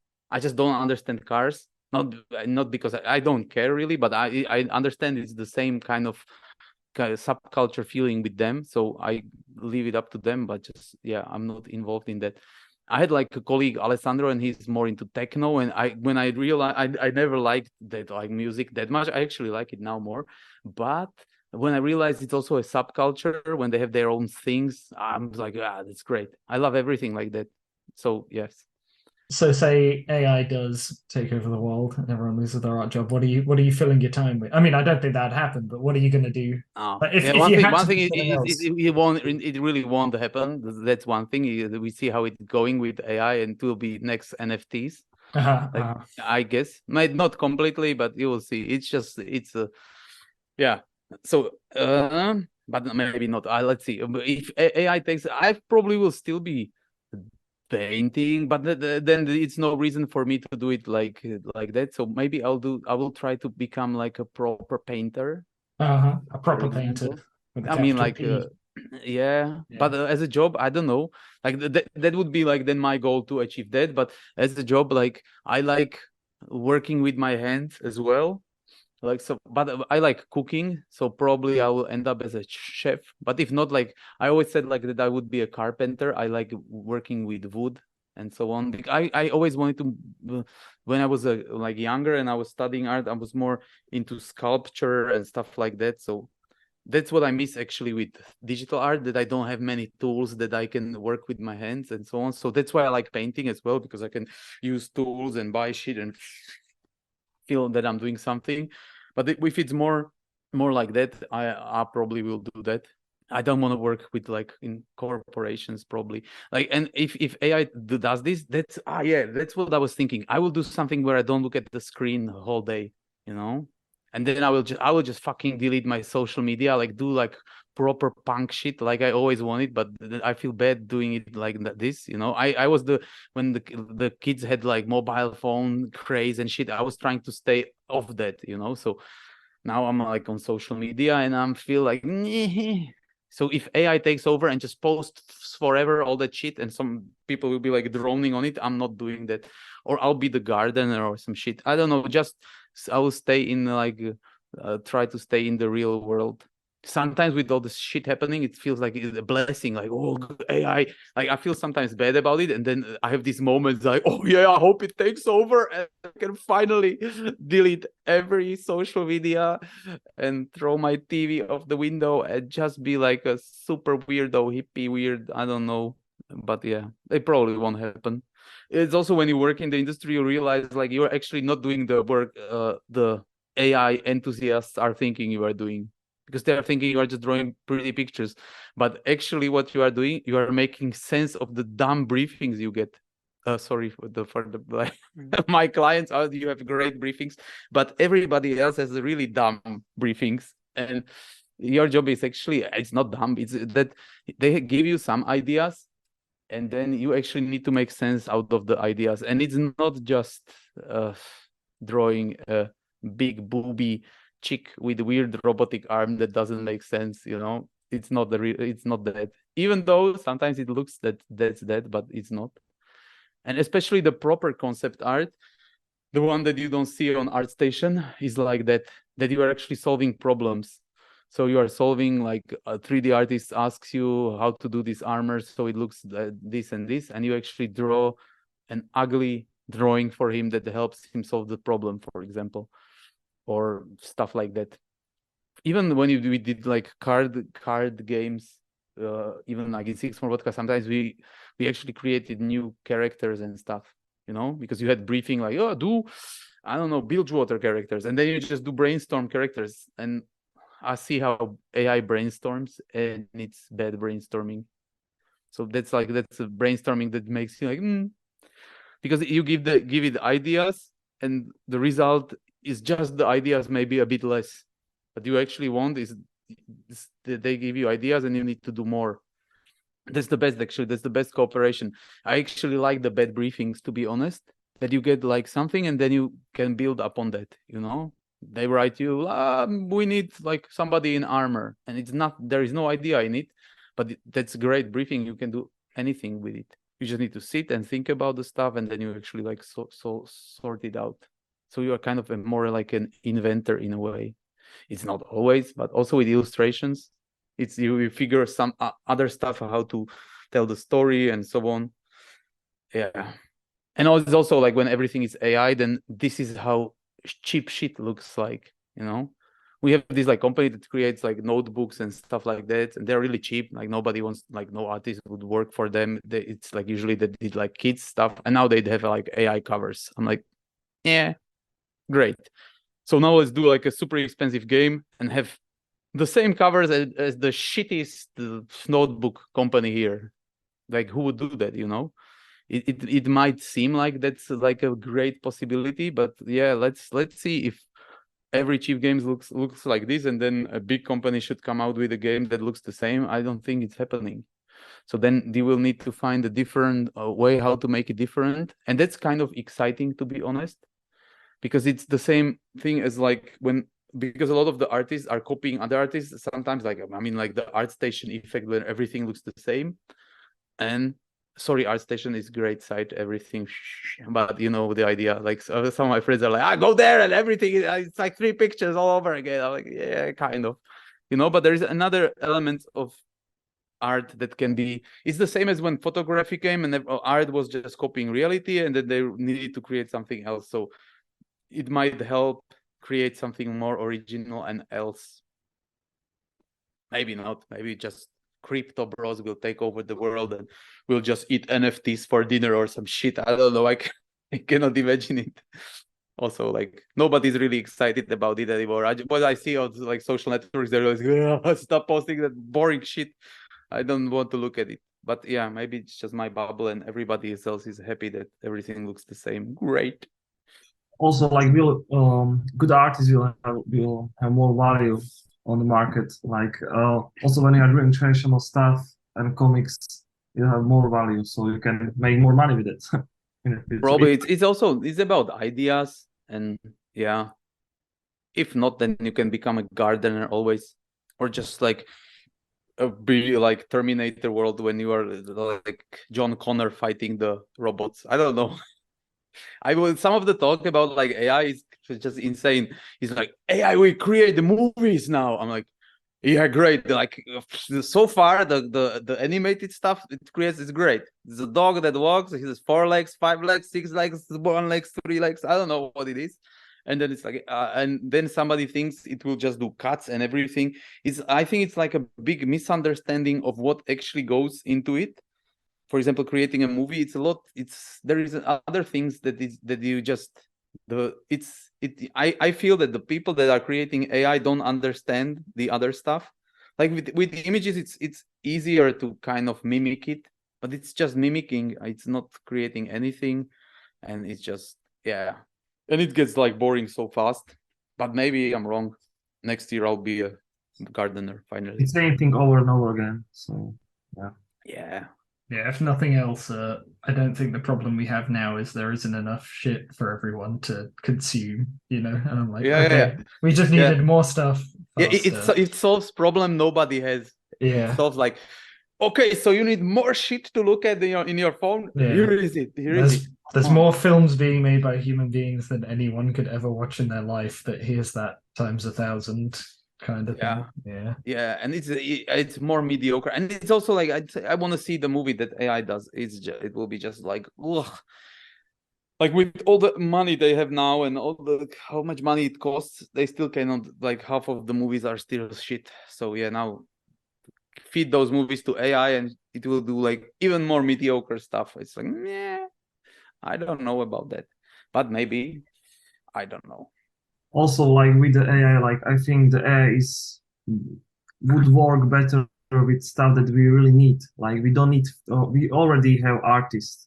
Like we don't need to fix anything. So maybe with AI, maybe like having AI politicians would be better idea. No, but I can see where it can be good. Like if it's like AI that helps you, I don't know, you paint like digital illustrations, super detailed, and you need help, you know, so you paint some area and it fills the other area, then you fix it and so on. If I would see that it's actually doing something, but so far it's just a gimmick, you know. It's even the Photoshop one that at least what I've seen, it's just like you circle an area and are like, put a vulture here, and it slaps a weird fucking vulture condensed a few photos that doesn't fit really, and it's there. I'm like, yeah, who needs that? I don't need that shit. Like what I need is like I can draw you like how to do it, and then you will do it. But every time I see it so far, it's just a gimmick. It's like I've seen some video where some lady was saying that now the big job is actually to figure out how to actually make it useful, and that's what I agree with. I don't see it like that it's super useful so far. Maybe in medicine it is, they say something, but it has all the smell of this crypto bros that was there with NFTs. It's the same. I feel I don't like it. I'm starting to be more like anti these like corporation talk about, and they are always like dreaming big, you know. It's like, yeah, it will be making movies for you where you write what you want, but it's also big misunderstanding of like the artist job, like proper art. It used to be the thinking that it will show you something that you need and not what you actually want, you know. And this shit is just giving you what you want. It's like algorithms on Instagram. You click on two boobies and then you will just get boobs bouncing forever in your feed. I have one question. Like, who would like to thank for in your art journey? Like, what was the With most this it's always you ask this shit before and then you're like, oh, actually, yeah, because the problem is you thank somebody and then the other people can be angry that you didn't thank them. And also it's Will Gist at that point, he was telling into my ear, like saying like, do the Snoop Dogg and say I want to thank me. No, it's like you basically, yeah, it's hard. It's you find kind of mentors and then you learn from them. It's I think it's hard to circle just like one person, but it's everybody. Like I always had these like I had few of these like artist people that were like around that even like inspired me sometimes even without knowing them. But for example, my wife's father, he was an artist, and he was like an inspiration for me because he was I was friends with his son, and I went to their home and they have like drawings and paintings everywhere, and it was a different world for me. So that was really inspirational because that was only thing that always interested me, and I've seen like, you can live like an artist. That was always amazing. So people like that. And then of course everybody that I worked with, you know, when I worked in the first company, like I learned like I learned stuff from everybody. You learn the good stuff and you try to not learn the bad stuff. And then of course when I joined Six More Vodka, it was like awesome learning experience because you are sitting there and you are drawing with like Marko Durjevic. That was always like a hero to me, you know, because of his like Marvel stuff. So he was doing a lot of stuff, and then you see him producing the stuff. It gives you it's weird in a way that it steals some of the magic, because when you just see the stuff, you imagine it, it's something he knows something I don't know. Then you go there and it's both. It's that you see that he just uses the same shit you use, it's just better. That's kind of sad, you know, because there is no big secret. It's just you can just do it, he can just do it and you can't. And another thing is like there is an element of it that when you work with the other people, I always make the joke because you feel that it's like a flu that you will get their talent. It's not like that, but the thing is, once you work amongst other people, you develop faster. It somehow is a bit like flu, you know, because what you realize is that, for example, some elements of drawing or creation, you think it's magic, and once you see them do it, and they do it like, I just do something, then fix it, and it just like ruins the magic, but it makes it possible for you to do. At least then in your brain you believe it's easy, and it's like Koro from Massive Black once said, it's easy if you believe it's easy. And it's somehow a bit like that. Then also in Six More Vodka was like Gerald Parel. He draws like a fucking maniac. So yes, I always like, he's always an inspiration, like doing a lot of stuff. Also drawing like, because there were like people that thought he's like copying photographs and shit. That's so then it's super funny when you see him do it, you know. And you just go to his table and he just draws it like, I'm like, how the fuck did you draw? Did you see some reference like that? And he's like, yeah, when I was going to work, there is like a poster there on that street, and the girl on the poster has this pose. I'm like, yeah, so it's a reference that you fucking seen out of a window. The fucking hell, you know. And you think there is some like he will do like some 3D models or anything in that. No, it's just practice. And also he draws a lot of stuff he likes. He likes women, girls, so he draws that, and he's really good at it. So yeah, so then like those people, now I probably forgot about like other stuff. And also like then you have like art teachers that are maybe not as influential, but sometimes what can be influential is like one sentence they give you, or approach to life or whatever, you know. So yeah, it's many people. it's the same as if you try to create your own style. I think you should copy many people that you like, and it's also the same when you like go through life. You can learn from other people in a way of like just sometimes remembering one sentence, and that helps you or something like that. Or you can learn from them because they're such assholes that you don't want to be like that. It's not many, but yes, like some people are just. You are learning also from the people that you maybe hate. You don't want No, to that's be. what I mean. That it's like sometimes you don't like some element of somebody, so you don't want to do that or something. Yeah. But also, yeah. So you should. I think you should also be thankful to those people. I don't know. Like, yeah, there is many. I just don't want to say like one single because I just feel that it's just singling somebody out. It's like asking you who's your favorite artist. Like I can like give you 3 names, and then yeah, it's probably 100 names. Or these are guys that I just thought of, and I don't know, because I like to look at other stuff and just learn from it. I don't know.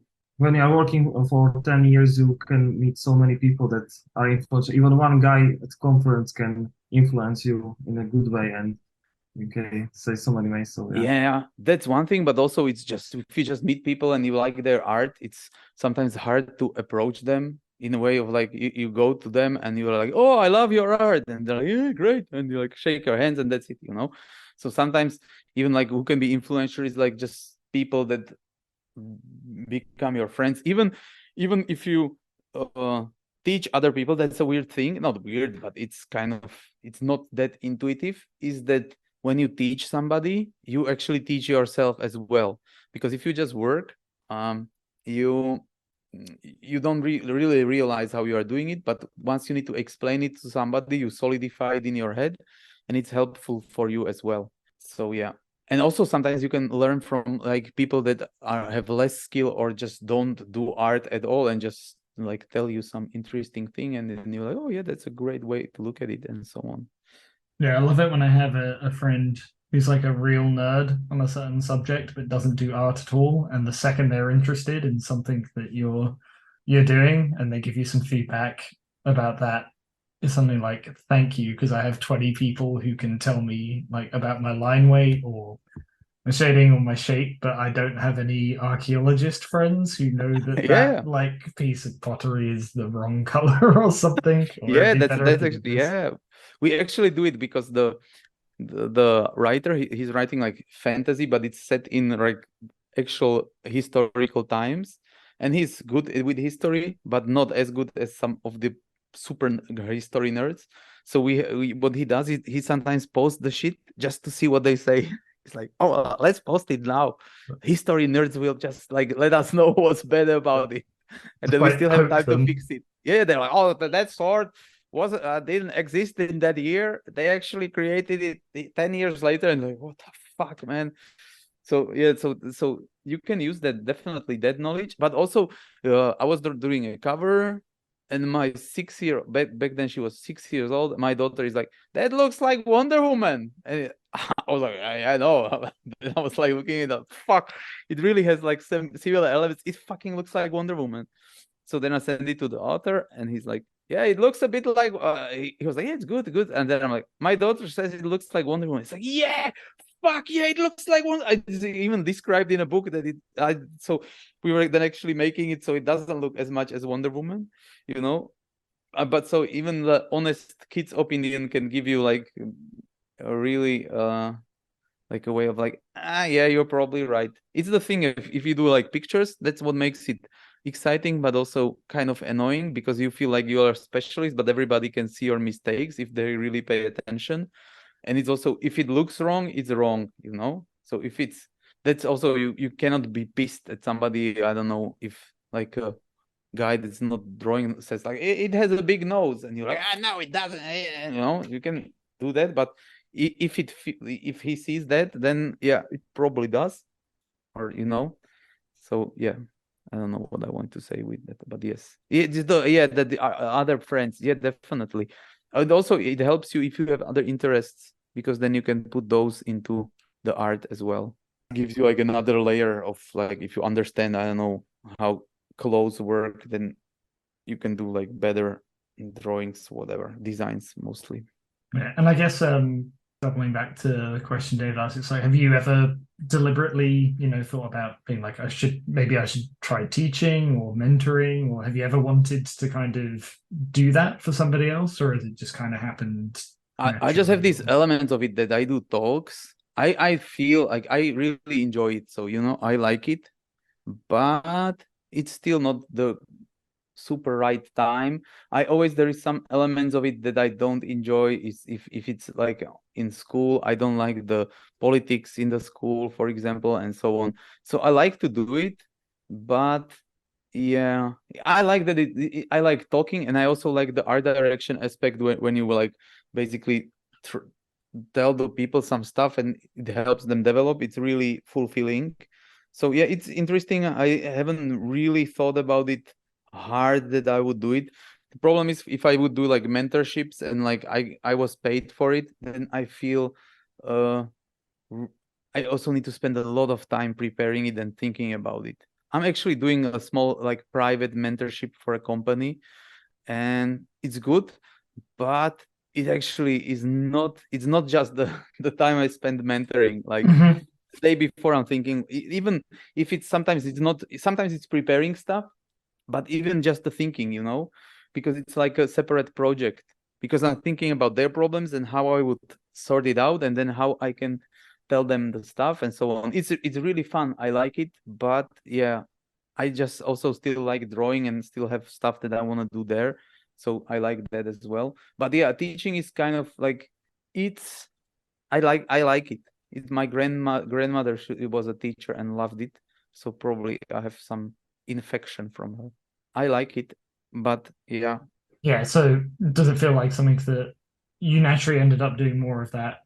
You wouldn't be upset, but at the minute there's a lot of other stuff that you kind of feel that's more your home is actually, Exactly. Because what I'm thinking is the same as with thinking about AI and like my future of stuff, everything.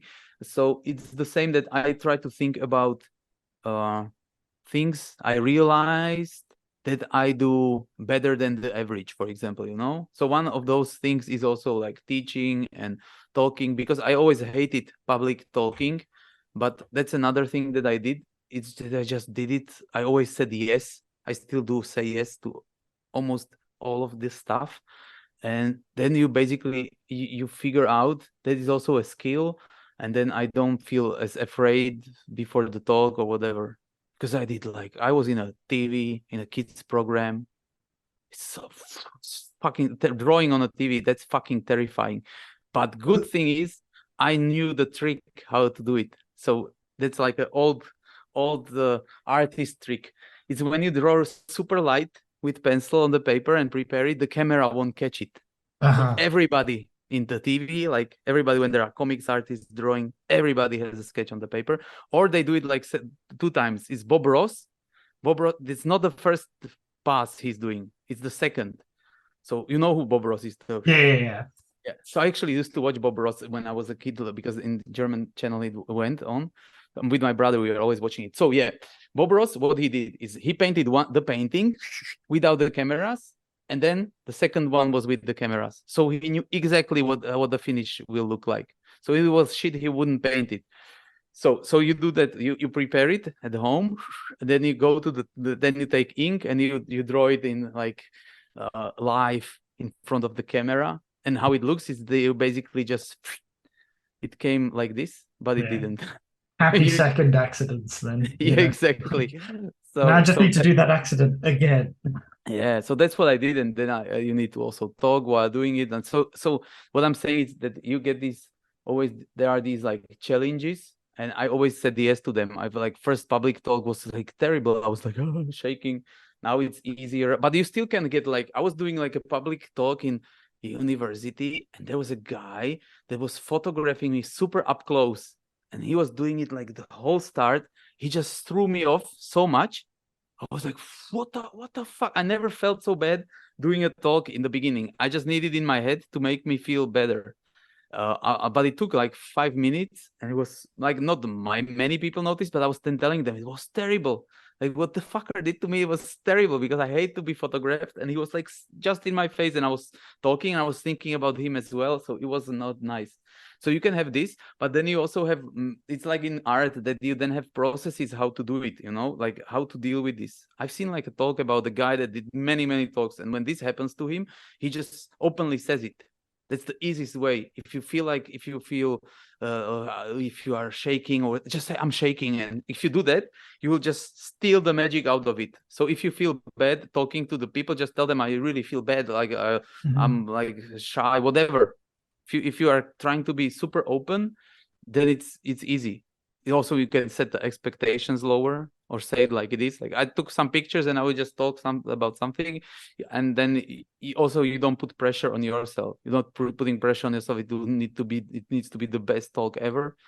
It can be really bad, and then it's usually good actually.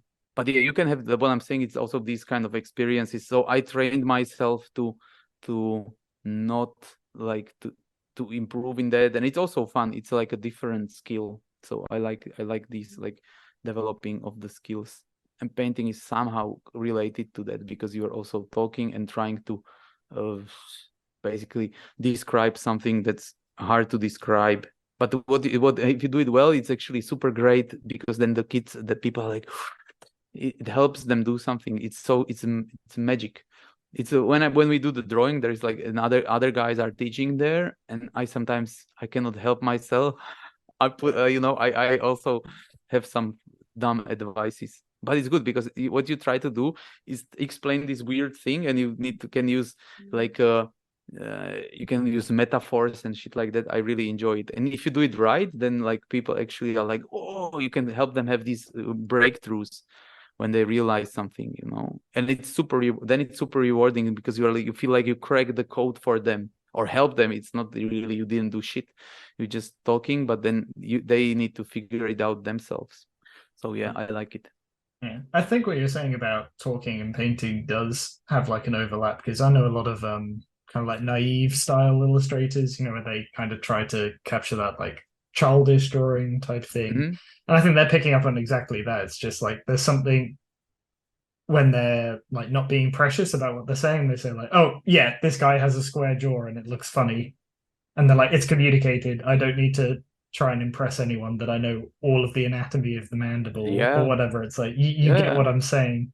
Yeah. And although it looks a bit crude, you still really like the drawing or painting because it's got the like charisma of that same person who's like, oh yeah, I'm about to shit my pants right now talking to all of you. No. The honesty is actually, because what it does, it actually gives you this human connection, because everybody kind of has that, So once you also like this, it's the same as we say like with art. You can have like sometimes the bad drawings are more honest than the good ones. There are comics that are really badly drawn and are amazing because of that.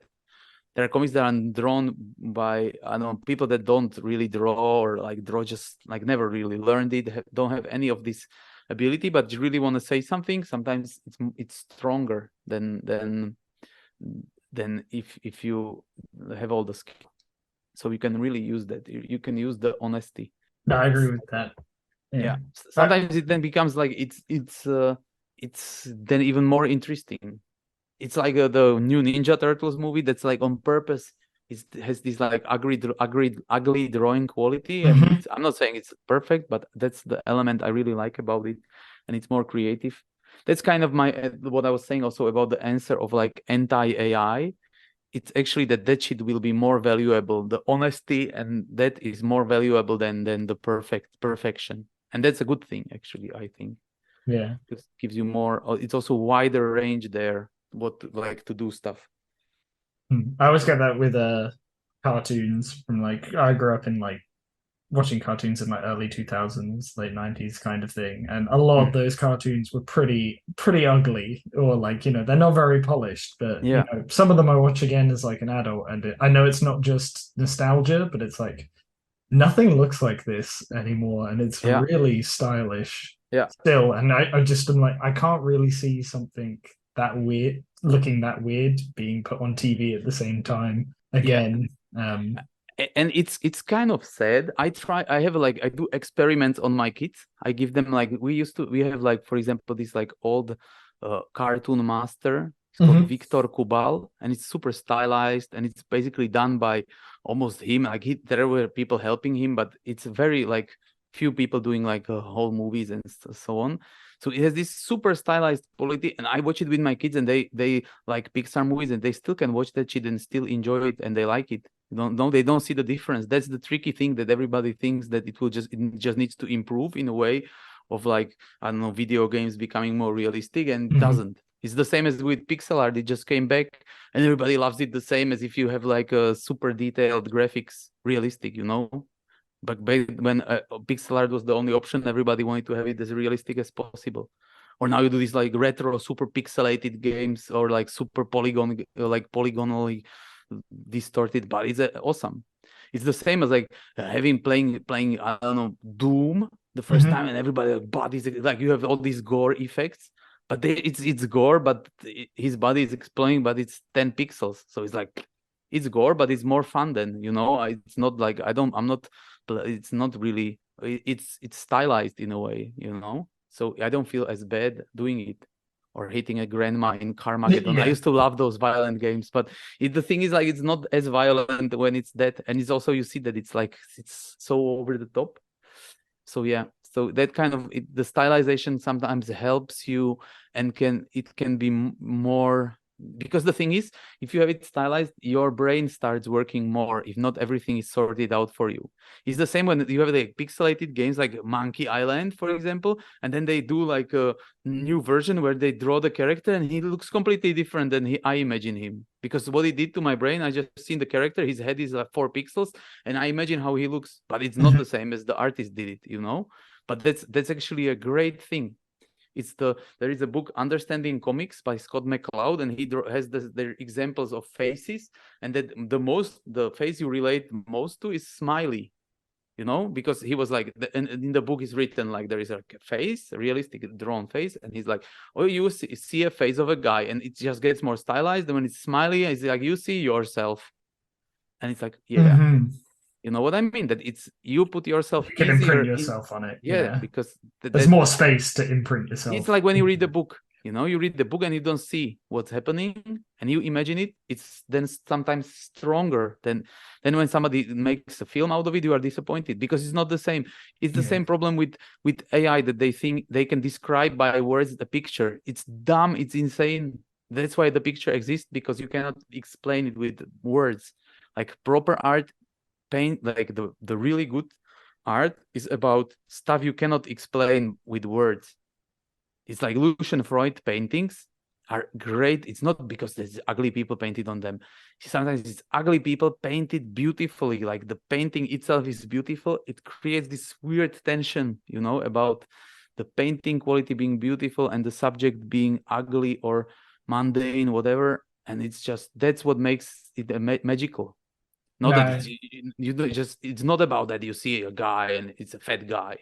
That's like super. It's just one layer of, I don't know, many other layers that are in that stuff. It makes me really, really sad when I see like this trend of taking things and making them live action, and then completely missing the point of the fact that this was meant to be animated. Like the reason it was animated is because you shouldn't film it, or you shouldn't draw it, or you shouldn't explain it. You should watch it move like an animation kind of thing. That's yeah. I missed the point of it completely. Yeah, it's really sad. That's why I don't get like when people are like angry about like, I don't know, Little Mermaid being black. I'm angry about it not being colorful, not having the songs, and there is not the red drawn. How is it called? Crab, or whatever. That's what I loved about I don't care about it anymore because I'm not a kid, but I used to love it as a kid for that, you know, and the songs, and now they make it dull and realistic. I'm like, who cares? It's like why would you do that? Do another film like based it on Little Mermaids, the original story, and you can have it gritty, like, or whatever, like do completely other take. Don't just remake the same shit. But I don't like it. But yeah, it's just food for Disney Plus or something. I don't know. But it can be maybe an exercise for I don't know, somebody making movies. It's products. That's the thing. It's different than it's the same with art. Also for video games, that if something becomes too much of a product, it kind of kills it, or like not kind of. It's just a product. That's what it is. There is just the one layer.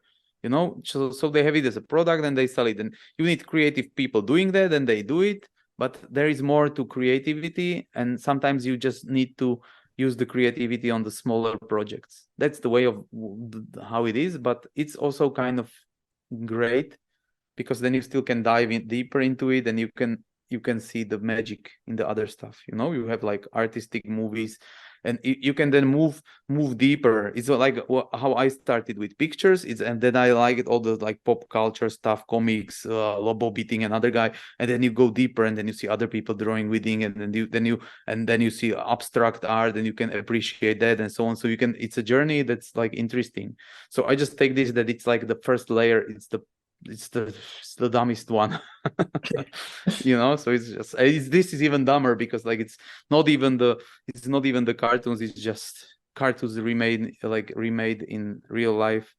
So it's food for everybody working on the movie, and yeah, good. It's just a job. It's completely a job. But it's a bit sad, but maybe it needs to be there. Because, for example, here in small country, you have like this thing that in more creative industries, or not industries, they are not industries, it doesn't make any money, but everybody thinks everything needs to be art. So when you have comics, everything needs to be serious and something, or is historical. But you actually need like stuff for kids.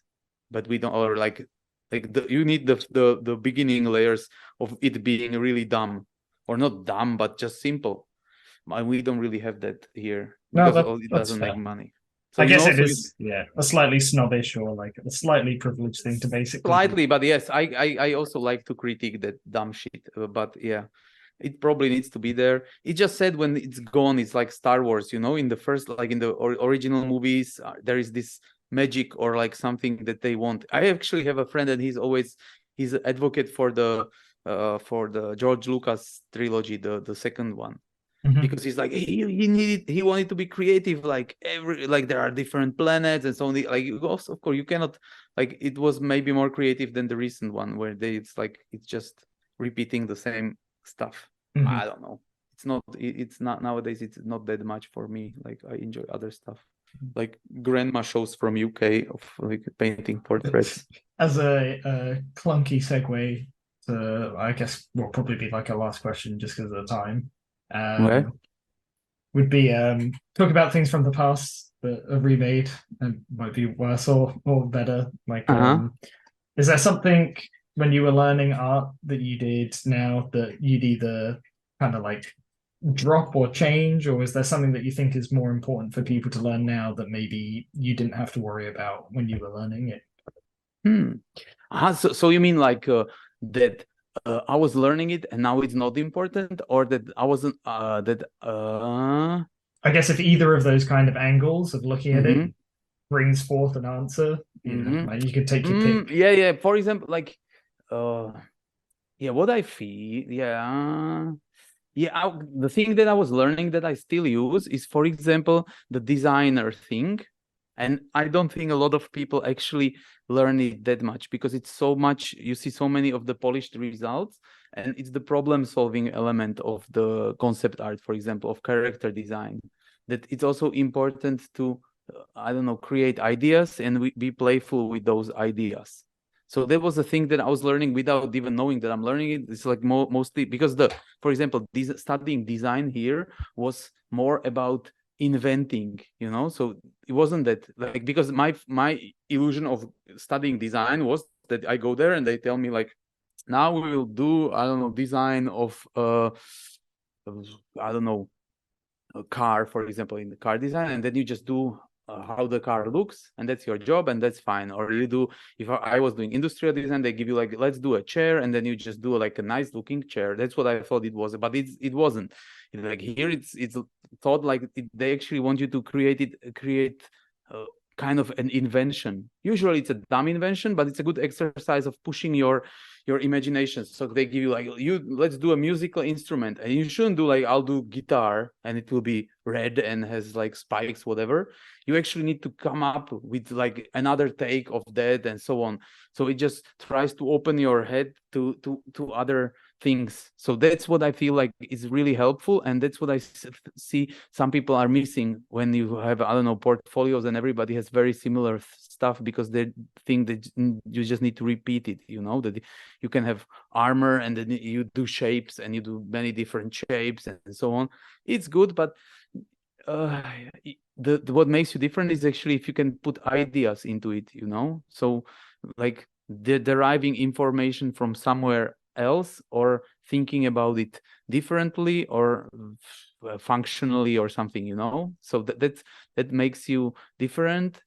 And it's also probably something that I also didn't really learn, but I was always curious about other stuff. I like traveling, so I was like learning about other stuff, and that's also very helpful. And some people, especially like younger artists, I don't know, as I view them sometimes, they jump right into it and just think like they will just draw forever and that's everything. It's not. It's also experience and like looking at other things. And some stuff that I was training for and I don't really use. The thing is, I don't really look at it like that, because everything, even that I tried and I kind of failed, was a learning experience, and I probably won't do it again, or I will, or something, or maybe sometimes I look at it, the bad side of me looks at it like that, and the positive one is like you just basically learn and then you don't do it again. I think the thing is also your own style, for example, is your mistakes mostly. That's another kind of, it's actually that, even if you talk about like, I had to talk about it like with Gerald, sometimes you have this like, you're pushing the stuff to the perfection, but you realize that's not it, the stuff I like, for example, is often not really perfect. There are artists, for example, in comics that have they have some element of ugliness or something that's off. It's not drawn correctly, but that makes it the thing. If everything was perfect, it all would look like AI or whatever. AI is not perfect, but it's boring. So also the mistakes are part of it. So don't ever think about learning it and that it's a mistake. I don't know. This learning. I'm just thinking about it. Yeah. What for me it is actually, I remember it just from going to school, that I learned a lot of useless shit. Was maybe good, but also I didn't learn a lot of stuff, and the stuff I didn't learn was public speaking, because here there was like zero of that, and I think that's really important. And creative writing, like you learn grammar, but also like I would like to be a better writer. I'm kind of intimidated by that, because from school I'm like that I'm not a good writer. But for example, for the art book I need to write some texts. I was doing it and I kind of enjoy it. You can find similar things in it than creating illustrations. So you can work, because that's a thing that nobody taught me in school. I don't know, maybe in your more Western developed world it works differently, but we didn't have anything like creative writing. So for example, I thought we were writing, if you wrote like some essay or something, you basically write it and that's what it is. So I never thought about that you can edit it and so on. So that's when then I was doing it now, and then I realized that's the creative part actually. The first puke that you write is shit, but everybody is shit. It's shit even if you are a proper writer, or like, because I was also reading books about the writing and stuff. So then I realized like the editing, and that's actually makes it fun, that you have sentences and you want to make the sentence more exciting, then you try to figure that stuff out. So that I would learn more of that, not just because you might just use it for I don't know, writing emails, but also describing stuff. Like for example, in games, you many times have like when you do like in-house, I was doing like ideas about, I don't know, how the character will fight and so on. So you have many opportunities. So working on these creative endeavors, learning, like for me, those are two important: the public speaking, the creative writing, the creative is the important part, and foreign languages, like that's stuff here usually. Like for example, in Czech Republic, not as many people speak English. Here is also not ideal. I would imagine it's better. And sometimes people are asking me for advice, like, "Oh, what would you advise me?" And then I tell them, but I'm not good at English." I'm like, "What? Then just study English for 3 years. Like, come on." So that, and also like many, like you can do other languages as well, and it's just always additional stuff. And then I don't know, staying curious, but that's not something you can learn. So I think these are and also, yeah. So these are important, and then anything that interests you. Did I answer your question or not? No, absolutely. Especially that last bit is because we quite often, hear from senior artists or teachers and that you need to learn how to kind of communicate with other artists, to network, to find ways of creative thinking. And you hear that, but these are the actual, I guess this is more like, but what is the skill that you actually work on? It's like, well, get up and talk in front of people, or write stories in your book and then try to make them more interesting with words before you approach it with because it's like another muscle. But but how you said it, it's also, if you work in a company, it's very important. The communication is very important. It's up to like 50% of what you do. So even in company like Six More Vodka, when we had like just doing art, it was very important. The kind of the personality trait of communicating, listening, and then also like helping other people. When you work with people, it becomes like half of what they do. Sometimes you rather hire worse artist because he communicates better. Because it's also the thing, also being nice with clients and everything does magic. You can just do, like, imagine it yourself. You work in a corporation, you kind of care about it, but who does really? It's corporation, fuck them all. Like there is, I don't mean like a person. It's just the organization is so big that like everybody cares for himself and his position, but the overall thing is just a big entity. And so what did and then you hire somebody that you need to work with, and you have like two people. One that's complete asshole and draws beautiful pictures, and another guy that's super nice and draws like mediocre, maybe slightly better ones. And then who do you choose to work with? The beautiful picture guy that's annoying as hell, makes your life a hell, you hate it, like you hate every day of your job, or the other guy? You always choose the other guy because you don't like, the results are almost the same. The other guy is slightly better, but for you as the manager of artists, the other guy is gold. Makes your job easy.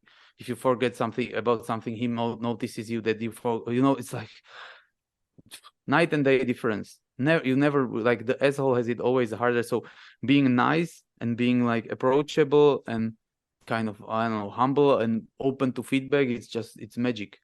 It's also the thing about, if you have a temper, you can do like, you are pissed, just don't let them know. Take somebody needs to sleep. Sometimes you need to go for a walk, and then you come back and they're like, it's not just such a dramatic thing, and then you can sort it out nicer. Yeah, no, I agree with that. And to be honest, it just seems like kind of written and verbal communication, if anything, because as you're saying, art is, especially commercial at the end of the day, it's really making something that somebody is struggling to explain explained. Yeah. If you can do a fair amount of that with words or, writing, you've potentially saved yourself, 20 hours of drawing. If you can show a good drawing and then your words can explain that extra little bit, you're like, maybe I don't have to draw this 5 different ways for them if I can do the rest of it with a couple of sentences. It's also about your kind of it's also about your kind of negotiating abilities. That's also like you learn that, because sometimes you can even sometimes you can have like a bad briefing and you can even write an answer that explains why you won't do it like this but another way, and you can still buy. Usually like the client is super open to stuff, like they just want good results. So if you are also honest about it and you are also trying to give them good results, you have the same goal, so it's ideal. Yeah, you need more than just the drawing hammer to hit all the nails, kind of thing. Like, but also like with writing, for example, it happened that I had ideas how to make the process better, of like working, and then I need to write it. So it's not super creative, but if you are good with written language, it's easier. if you're just like me, I was like, I always thought I hated, so every page I need to write, I was like, ugh. So you can even enjoy it, like enjoy that, and it's fun. So yeah, but it's also another way how to think about stuff. So that was, I don't know, I always felt that this is because that's another way of communicating, and sometimes you just need to write that stuff. You either write a speech for yourself or whatever, and it's another tool that you can use, and you use it for communication. So I think it's good if you have that. Nice. I think that's a pretty good note to kind of like wrap up the questions and that with. So yeah, just thank you so much for like giving us some time to talk to you. It was really, really fun. Thank you. I hope you enjoyed. Yeah, I enjoyed the hope I wasn't too nihilistic. I tried to be more positive. Well, there's optimism in there too. It's fine. No. It comes from a kind of optimistic place. I like to optimistically complain because always when I complain, I'm thinking about how to make it better in a way. I wanted to make it creative. That's my excuse about complaining. So yeah, thank you guys. It was a lot of fun.